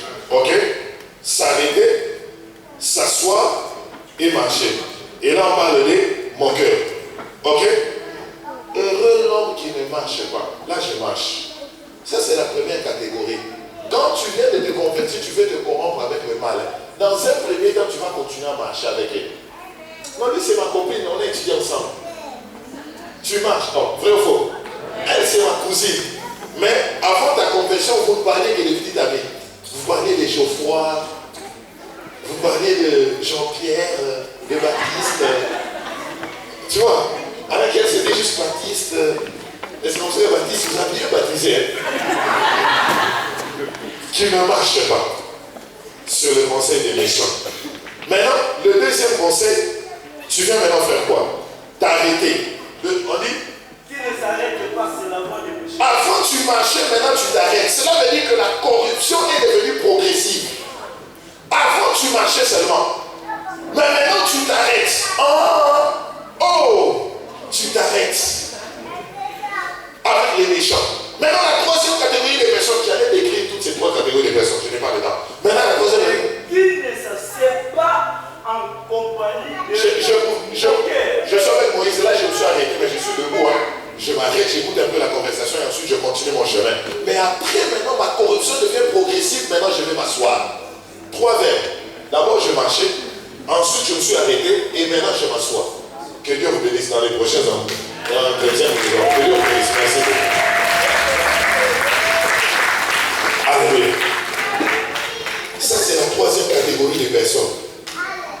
Mais qui prend son plaisir dans la loi de l'Éternel.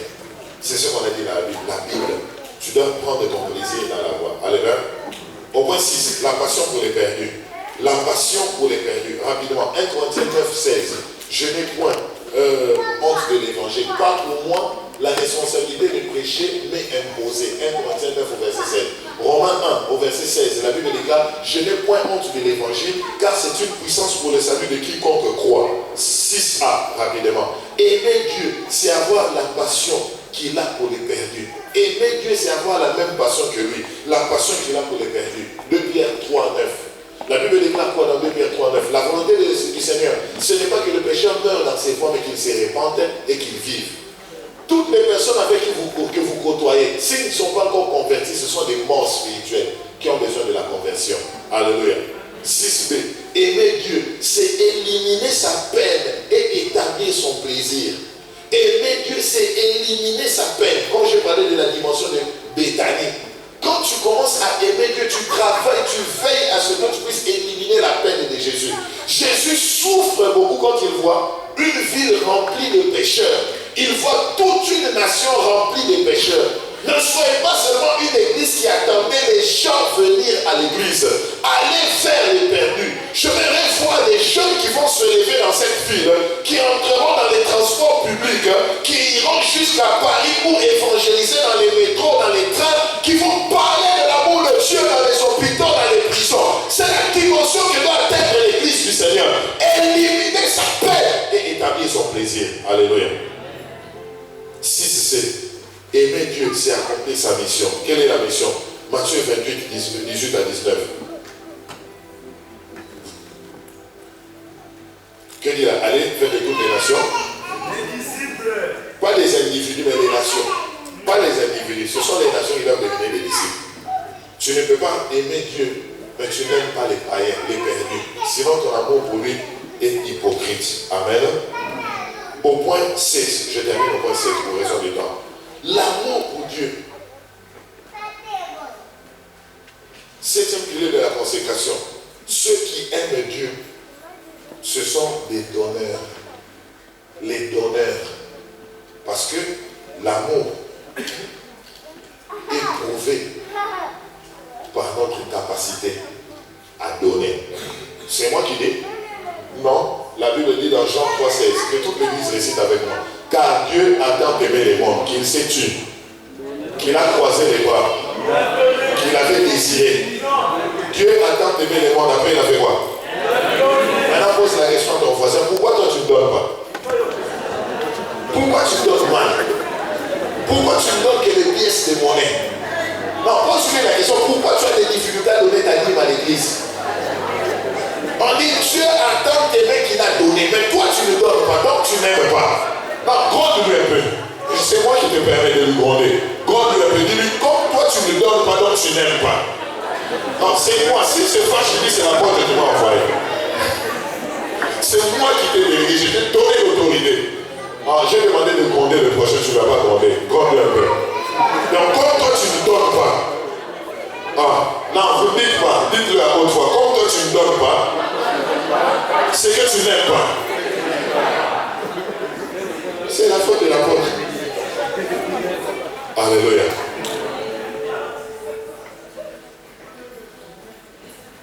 Nous écrivons rapidement le point 6a. Aimer Dieu, c'est investir dans sa cause sur la terre. Aimer Dieu, c'est investir dans sa cause sur la terre. Matthieu 6, 19 à 21. La Bible dit, ne vous amassez pas des trésors sur la terre, où la terre et la rouille gâtent, et où les voleurs percent et dérobent. Mais amassez-vous des trésors dans le ciel, où ni la terre ni la rouille gâtent, et où les voleurs ne percent ni ne dévorent. Car là où est ton trésor, c'est là que sera ton cœur. Il y a des gens qui se battent beaucoup pour les trésors de la terre.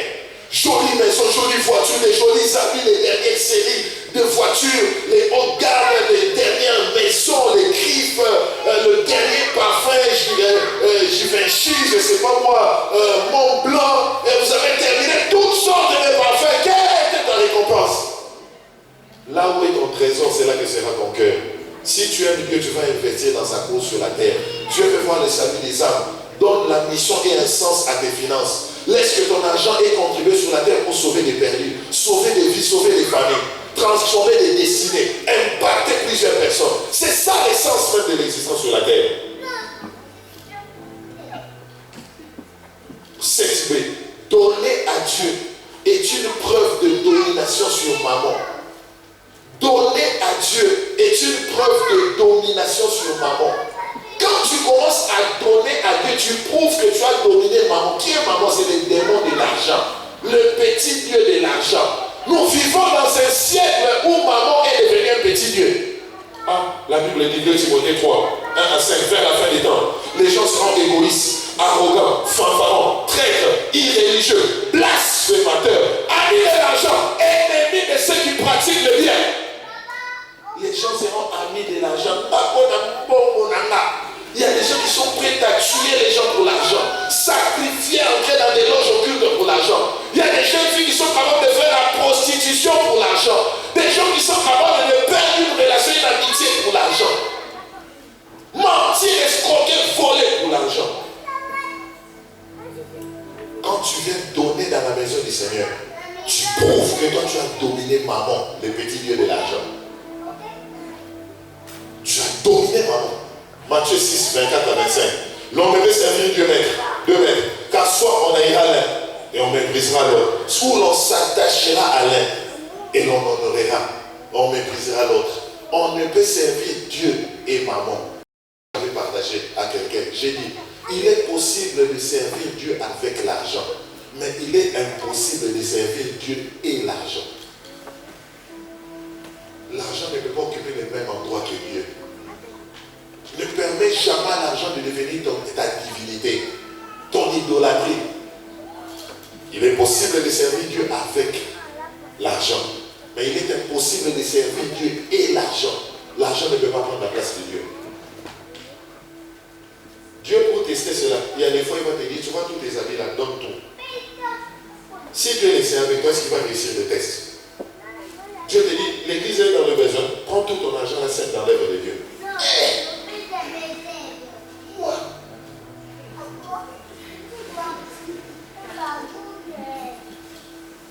Et ça m'est arrivé à plusieurs reprises. Seigneur me disait, prends toute ta valise vide là, ta garde-robe vide, la garde-robe donnée. Je prends les frères de l'église, je prends les malheureux, les feux. Quand l'église va à l'orphelinat, le 25 décembre passé, nous sommes allés toute l'église. J'ai dit, pour une fois, on va passer notre jour de Noël avec les orphelins. Allons à l'orphelinat. Vous donnez des habits, vous donnez la nourriture. C'est ça ma joie. Je ne suis pas venu sur la terre seulement pour m'acquérir des richesses.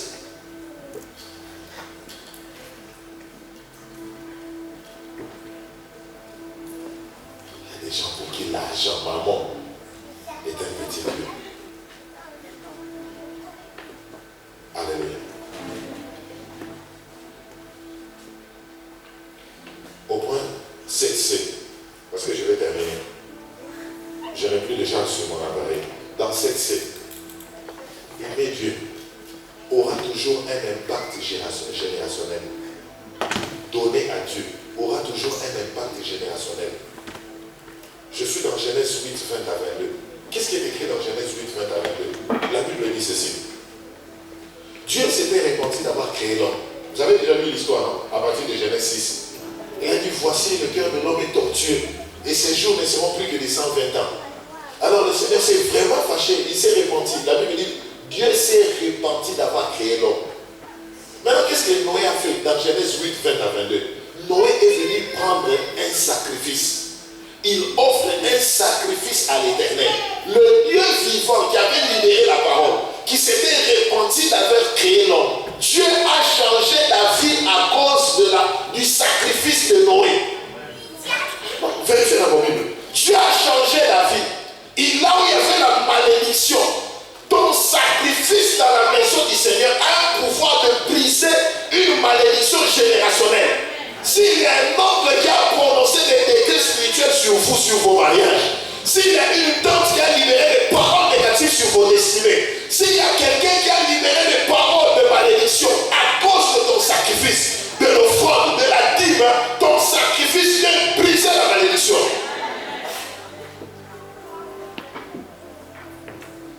Il y a des gens qui blâment avec les offrandes. C'est pourquoi quand tu viens à l'église, ne donne jamais ton offrande sans rien prononcer. Chaque sémence a une instruction invisible. Il y a une instruction. Il y a une mission. Toi là, mon offrande, toi là, ma dîme, malgré mes problèmes et mes besoins, dans ma famille, les jeunes filles ne se marient pas. Je t'envoie en mission pour que tu puisses parler le mariage de toutes mes sœurs. Ah, la Bible dit que jusqu'aujourd'hui, l'offrande d'Abel continue à crier vrai fort. C'est moi qui l'ai dit. Genèse 4, on dit Dieu a porté un regard favorable sur Abel et son offrande. Un regard favorable sur lui et son offrande. Si l'offrande d'Abel criait vengeance, l'offrande d'Abel parle mieux. Donc les offrandes parlent dans le trône de Dieu. C'est quoi le jour où l'ange du Seigneur devait venir dans l'histoire de Corneille? On dit tes aumônes et tes prières sont montées vers Dieu. Pas seulement la prière, même les aumônes, tes sacrifices, tes offrandes donnés dans la maison de Dieu. Alors, les gens de personnes que vous voyez, à l'heure d'offrir à Dieu, ils pensent que c'est un passe-temps. Après avoir tout dépensé, là, regarde dans sa petite sac à main. Qu'est-ce qui est resté? Il est resté une petite monnaie de 2 euros. C'est ce que tu viens de déposer. Tu blagues avec ta destinée de ta vie et la destinée de ta famille. Ton sacrifice a un impact générationnel. Vous pouvez me permettre de continuer? Je suis toujours dans le même contexte. Maintenant, cette idée, ton sacrifice d'amour aura aussi un impact transgénérationnel. Cela veut dire que ça passera d'une génération vers une autre génération. Quand tu viens offrir au Seigneur, tu donnes ta dîme, tu donnes ton offrande. Il y a une mission qui va vers tes enfants et tes petits-fils.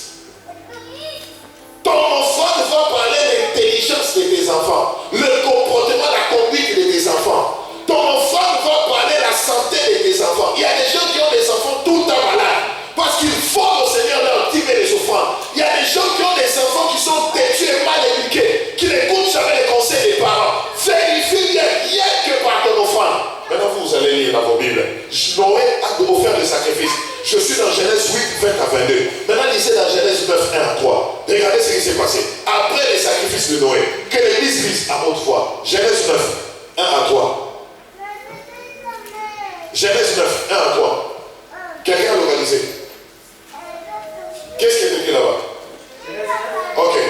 9, 1 à 3. Ce qui est écrit là-bas.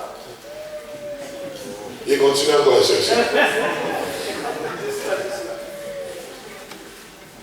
Nous lisons. Tout ce qui se met et qui a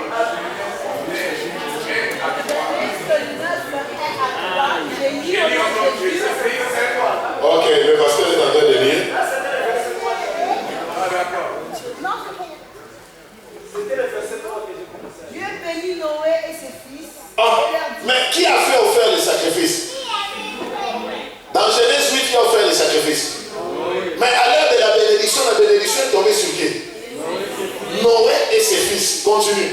soyez féconds, multipliez et remplissez la terre. Ton offrande, c'est à toi seulement, maman. C'est toi seulement, papa, qui a offert. Mais ton offrande va affecter maintenant la destinée de tes enfants. Vous serez un sujet de crainte et d'espoir pour tout animal de la terre, Un sujet de crainte et de foi pour tout animal de la terre. pour tout oiseau du ciel, pour tous ceux qui se meuvent sur la terre et pour tous les poissons de la mer, qui sont livrés entre vos mains. Tout ce qui se meut et qui a vie vous servira de nourriture. Je vous donne tout cela comme l'herbe verte, la parole de Dieu. Je vous donne à vous tous, toi, Noé et tes enfants. Je prends maintenant le contraire. Dans Genèse 15, 10 à 15, Abraham offrait le sacrifice au Seigneur et il dormait dans la présence de Dieu. Comme Abraham a dormi, Dieu lui a dit, sache que ta descendance ira en esclavage en Égypte pendant 400 ans. Maintenant, si vous demandez aux enfants d'Abraham, qu'est-ce que vous faites ici en Égypte alors que vous êtes d'Israël? Non, c'est parce que votre papa avait blagué avec les sacrifices, l'offrande de Dieu. Oh, vrai ou faux? C'est moi qui dis, c'est dans la Bible. Le peuple d'Israël est allé en esclavage pendant 400 ans à cause de la négligence. Abraham dormait au moment du sacrifice. Ne jouez jamais avec vos sacrifices. Cela détermine la destinée de vos enfants. Le jour où le médecin me montrera le quotient intellectuel, la capacité de mon fils, il a dit, ton enfant là, il sera surdoué. Il est trop intelligent. Pendant qu'il était bébé, pendant que le médecin était en train de parler avec moi, la voix de l'esprit me disait clairement, n'oublie jamais les sacrifices que tu as fait pour mon œuvre. Il est impossible d'être consacré à Dieu et voir la destinée de tes enfants gâtée. Impossible. L'une des meilleures récompenses de la consécration, c'est par les enfants.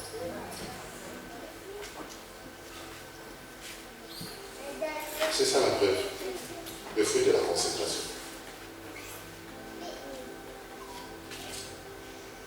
Maintenant, vous qui blaguez avec les offrandes, qui amenez les monnaies, qui volez les dîmes facilement, est-ce que vous savez les choses que vous perdez dans l'univers des esprits? Oh, permettez-moi encore de vous dire quelque chose concernant les dîmes. Vous savez, quand on parle de la dîme, vous avez beaucoup de prédicateurs sur Internet qui vous disent que la dîme c'est la loi, c'est l'Ancien Testament. On ne peut plus donner la dîme dans le Nouveau Testament. Vous avez déjà entendu ce genre de prédicateurs-là? Est-ce qu'on peut essayer de lire la Bible rapidement? Je suis dans Genèse 14, 18 à 20. Genèse 14, là je parle de la dîme. Ne dites pas combien de temps. La Bible dit qu'après toutes les conquêtes d'Abraham, Abraham s'est retrouvé devant Melchisedec. Et la Bible dit qu'il lui donna la dîme de tout. Genèse 14, 18 à 20. Genèse 14, 18 à 20. Maintenant, pour toutes les personnes qui vous disent qu'on ne peut pas donner la dîme, la Bible, on dit que la dîme c'est la loi, la dîme c'est l'Ancien Testament. Et moi j'aimerais vous dire, la première personne à donner la dîme dans la Bible, ça n'a jamais été quelqu'un qui avait vu ça être fait quelque part. Abraham a reçu cela par révélation. Il n'y avait aucune vision, aucune prophétie. Personne, il n'a pas lu ça dans un livre, il n'a vu personne le faire. Il a reçu par révélation la pratique de la dîme. Dans Genèse 14, il a donné à Melchisedec. Donc cela veut dire, lorsque Moïse est venu établir la loi, c'est plus de 400 ans après. Si quelqu'un vous dit que la dîme c'est la loi, vous répondez lui. Que la dîme, la pratique de la dîme a été faite plus de 400 ans avant l'installation de la loi. Par révélation. Qui a compris? Je continue le verset. Pour que vous puissiez bien comprendre. Maintenant, lisons Matthieu 23, 23. Toute l'église va lire. Oh non, ne donnez pas la dîme. La dîme, c'est l'Ancien Testament. Qu'est-ce qui est écrit dans Matthieu 23, 23? Ouvre ta Bible, s'il te plaît. Là, tu dois lire à haute voix, en criant. Lis vraiment à haute voix. toi et en criant. Matthieu, non, nous tous maintenant. Nous tous. Je n'ai plus besoin de toi pour la lecture. Hein? Non, on peut dire, même tout en étant assis. Nous tous, nous allons lire Matthieu 23, 23. En criant maintenant. Lisez, parce qu'on vous dit que c'est dans l'Ancien Testament. Je ne veux plus recourir à mon lecteur. J'aimerais que nous tous nous puissions lire. Matthieu 23, 23. Je compte jusque 3. Lisons ensemble. Matthieu 23, 23.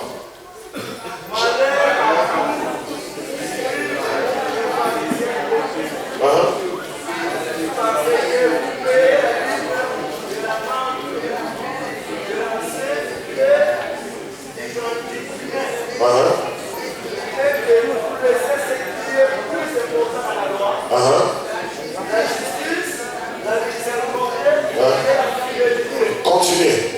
C'est là qu'il fallait pratiquer sans négliger les autres choses. Ah, cette version-là est très pauvre. J'aimerais que quelqu'un localise dans une version où Jésus dit vous devriez payer la dîme, oui, sans négliger les autres choses plus importantes de la loi. Quelqu'un qui a une autre version, même dans les Bibles électroniques. Rapidement, cherchez. Matthieu 23, 23. Il dit vous payez la dîme de la loi, de la menthe, du cumin. Vous devriez faire cela sans négliger la pratique de la dîme. Quelqu'un qui a une autre version dans la Bible. Ah là là là là là là là. C'est plus que seconde.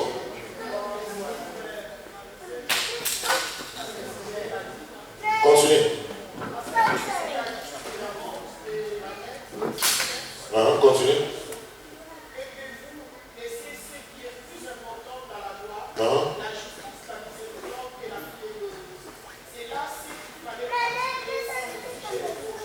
Non, quand on dit les autres choses, ça paraît comme c'est en général. Il y a une version, il dit vous devriez pratiquer la dîme sans négliger la pratique de la dîme.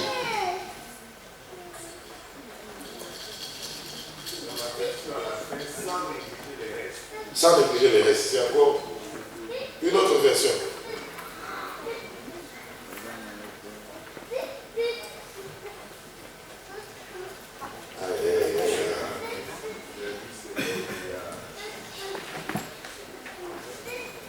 Il y a une version sévère aux paroles vivantes.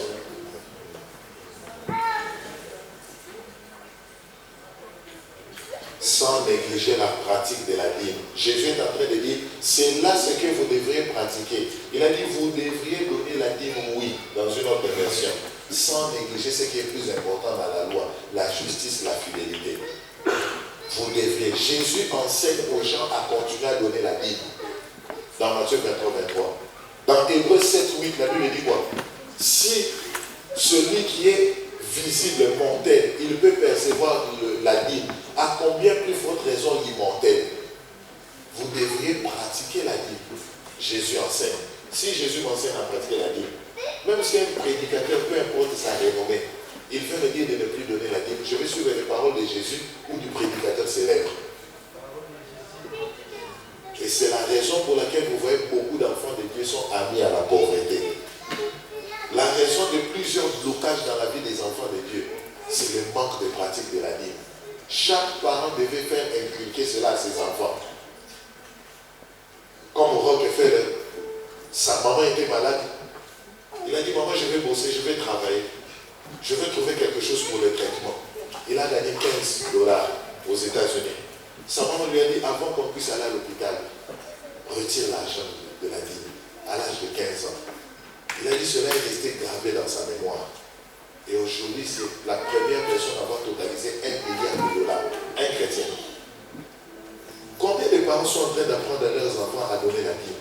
Même sur l'argent qu'on vous donne, les CAF, toutes vos histoires des sociales, des bourses, des trucs, il faut enlever la dîme de tout. Même sur l'argent de la bourse. La dîme fait un travail d'assainissement. Ça purifie les origines même néfastes. D'où viennent ces argents-là? Et la dîme est envoyée en prison pour la multiplication. Un chrétien qui vole au Seigneur le 1/10, il devient ami à la pauvreté. Parce que la dîme, c'est la portion divine dans la main humaine. J'ai pris les 1000 euros, je t'ai donné. Mais je te dis à la fin du mois, sur les 1000 euros que je t'avais donné, tu peux garder 900. donne-moi seulement 100. Quel allait être ton comportement? C'est la gratitude, la reconnaissance. Tu dis merci vraiment. Mais nous avons l'habitude de croire que c'est beaucoup. Je ne vais pas te donner. Aimer Dieu, c'est donner. Hier, j'avais dit qu'il n'y a aucune relation entre l'amour de Dieu et la provision de Dieu. L'amour de Dieu est inconditionnel. Dieu attend d'aimer le monde, même les sorciers, les magiciens, les prostituées. Il aime tout le monde. Mais la provision de Dieu vient par l'obéissance. Hier, j'ai dit qu'il n'y a aucune relation entre la personne de Jésus et les principes de Jésus. Qui connaît l'histoire de Bill Gates? Qui sait que Bill Gates aujourd'hui a le Bill Gates Foundation, où tous les grands milliardaires comme les Carlos Slim, les Warren Buffett, tous sont dedans, en train de faire des œuvres de charité. Ils soutiennent les veuves, les orphelins. Ce sont des païens, mais ils appliquent les principes de Jésus. Et en appliquant les principes de Jésus, Dieu les bénit de cette manière-là. Qui connaît l'histoire de Steve Jobs? Vous, les jeunes, vous connaissez l'histoire de Steve Jobs? À la fin de sa vie, il dit prenez 80% de ma fortune, donnez aux pauvres. Pourquoi? Ils ont compris. Donc si aujourd'hui le succès de Apple, c'est à cause des semences, les semences des païens. 80% de la fortune de Steve Jobs est allée pour les païens. Et le monde aujourd'hui continue brutalement à parler des iPhones, des iPads. Mais les chrétiens, ils sont encore au niveau. Tu as un petit 2000 €, tu voles. Lui, il a pris 80%, il a donné au Seigneur. William Colgate a commencé avec 10%. Dieu l'a béni dangereusement. Il a dit, si c'est comme ça, je donnerai 20. Dieu continue à bénir. 30%. Quand il donnait au Seigneur 50%, il avait assez d'argent jusqu'à 4 générations. Il a dit, je vais continuer à donner au Seigneur 60, 70, 80, 90%. Et à la fin de sa vie, il a tout donné à Dieu. Après lui, la marque Colgate a acheté la marque Palmolive. Vous connaissez l'histoire? Les chrétiens sont comme au niveau, ils sont en train de négocier des petites sommes. Cela montre que tu es encore ami, tu es victime de maman. Tu n'as pas encore vaincu maman. Des petits montants, tu trahis lui aussi.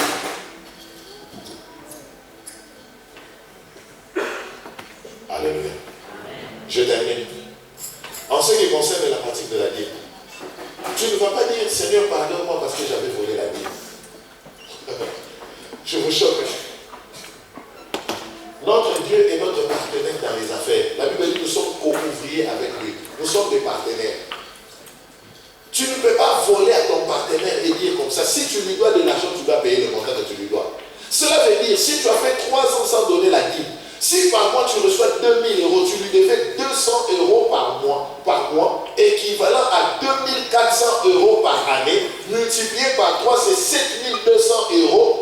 Et dans l'Ancien Testament, dans Lévitique 27 au verset 30, on dit qu'on devait ajouter les 1/5. Il y a un montant que tu dois ajouter. Donc toi-même, tu détermines en toi que tu dois au Seigneur au moins 8000 €. Que tu peux payer même lentement. Mais c'est la dette que tu as envers l'Éternel. Le jour où tu termineras la dette de 8000 €, c'est alors que la prospérité sera effective dans ta vie. La pratique de la dîme ne se termine pas seulement Seigneur, pardonne-moi, j'ai volé la dîme. Non, tu payes. Papa, vous avez lu là-bas, vous payez la dîme de la vente. La dîme ne se donne pas, se paye. Ça ne se donne pas, ça se paye.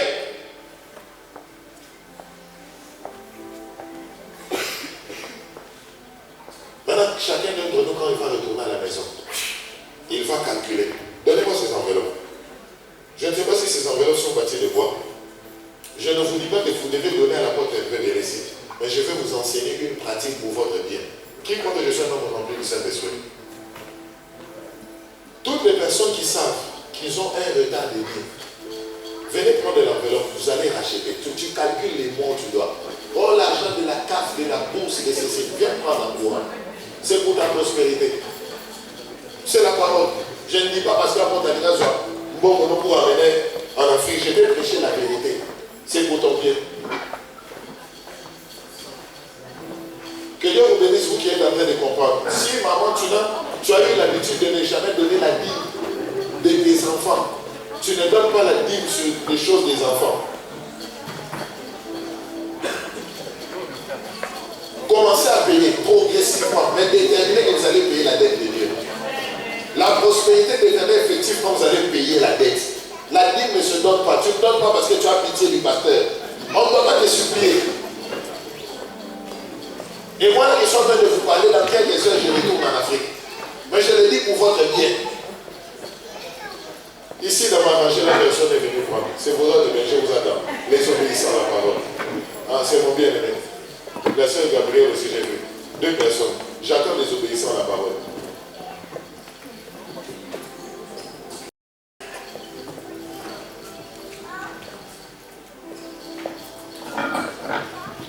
Dans l'expérience de la consécration, on ne peut pas venir avec des domaines réservés. Dans Malachie 3, 17 à 18, Dieu a dit, vous verrez ainsi la différence entre ceux qui servent Dieu et ceux qui ne le servent pas.